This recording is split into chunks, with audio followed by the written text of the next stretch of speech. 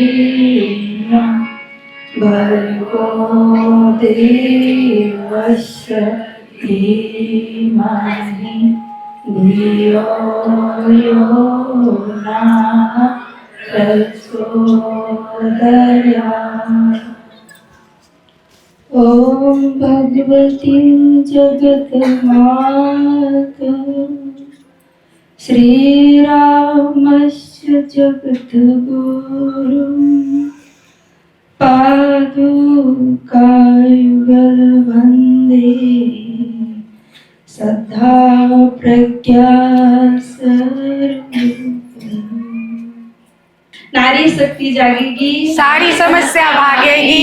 नारी शक्ति जागेगी, सारी समस्या भागेगी। परम पूज्य गुरुदेव, परम वंदनीय माता जी, आज ऐसा समय आया है कि नारी जागरण के इस कार्यक्रम में मुझे यहाँ बुलाया और ऐसे मंच पे सम्मान दिया। ऐसे भाइयों को मैं बहुत हृदय से नमन करती हूँ, क्योंकि मैं बहुत छोटे से गांव से हूँ और मैं अपने आप को मैं ऐसे ही मानती हूँ कि मुझे तो कुछ नहीं आता है, बोलना भी नहीं ज़्यादा आता। भाइयों बहनों, ऐसी शक्ति हमको साथ में लेके आई है परम पूज्य गुरुदेव, परम वंदनीय माता जी, क्योंकि कई हजारों वर्षों बाद हमको ऐसा समय मिला है कि भगवान के साथ आने का, और भगवान साथ में लेके आए हम सबको। हम सब धन्य हैं कि अखंड ज्योति की जन्म शताब्दी, परम वंदनीय माता जी को जन्म शताब्दी मनाने के लिए आज हम सब यहाँ पर एकत्रित हुए हैं। परम वंदनीय माता जी की जो जन्म शताब्दी मनाने के लिए आए हैं, तो हम सबसे पहले तो ये भाव रहे कि हमारे सबके विचार कैसे हैं। सबके विचार एक हो तो परम वंदनीय माता जी की जन्म शताब्दी सफलता की ओर ले जाने में कोई आसानी रहेगी, क्योंकि विचारों से ही ये धरती स्वर्ग बनने वाली है और मनुष्य देवता बनने वाले हैं। दीपक जो अखंड 100 वर्ष हो गए, गुरुजी ने एक वाक्य लिखा है शांति कुंज के अंदर कि दीप हूँ मैं सदा जलता ही रहूंगा, प्रलय की आंधियों में मैं अंत तक लड़ता ही रहूंगा।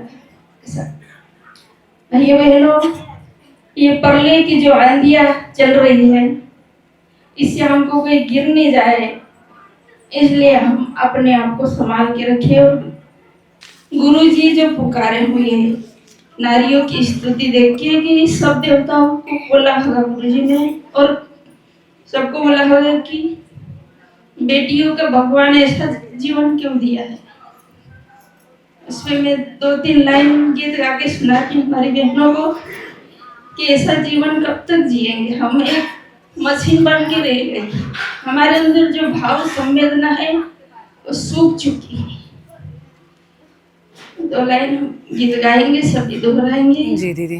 बेटियों का भाग भगवान तूने कैसा बनाया है, दीदी बचा दो। बेटियों का भाग भगवान कैसा बनाया है,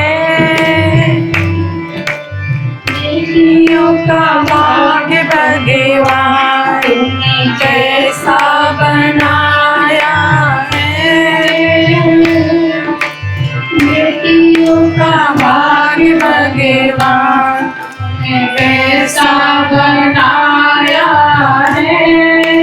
मीरा जैसी नारी को राजा ने सताया है, मीरा जैसी नारी को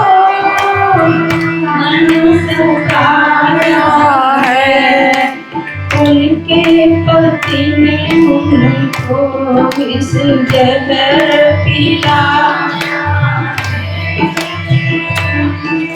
पति ने भगवान ने कैसा बनाया है।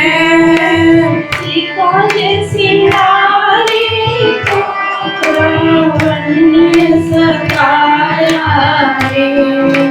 सीता जैसी नारी को रावण ने सताया है। उनके समाज के लोगों ने वन में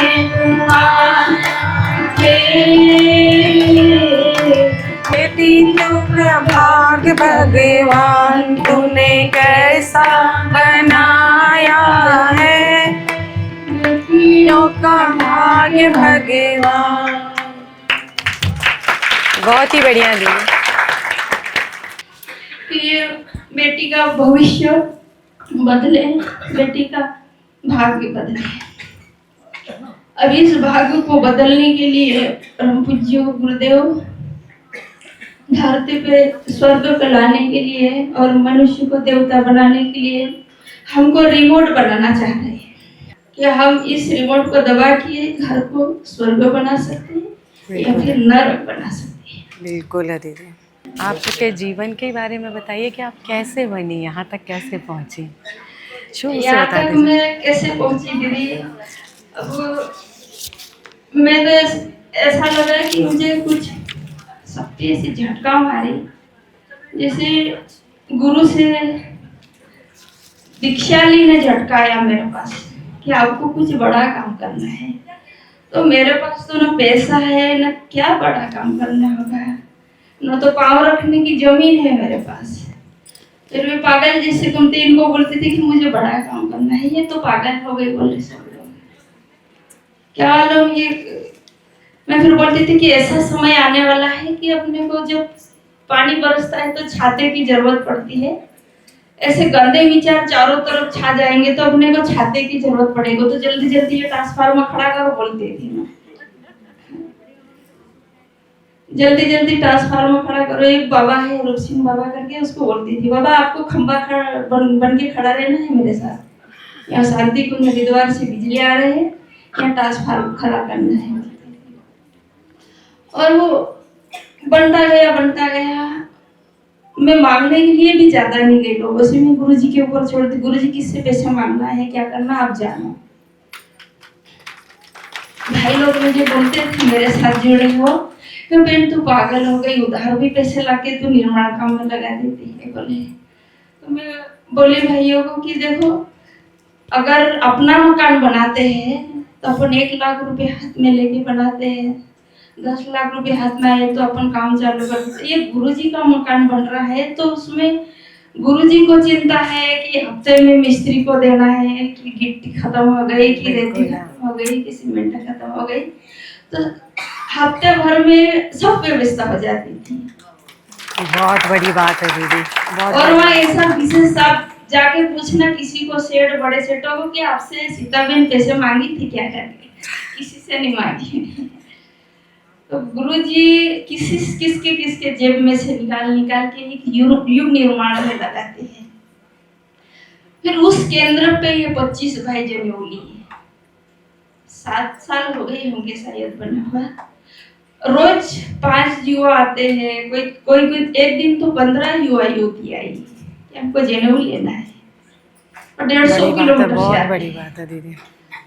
तो ये ट्रांसफार्मर खींच के लाता है उनको और जनेऊ धारण करते हैं। हमको दारू छोड़ना, तो तुमको कौन बताया दारू छुड़ाती है, पूछती है हमको। तो हमको वहां से खबर हुई कि सीताबेन दारू छुड़ाती है।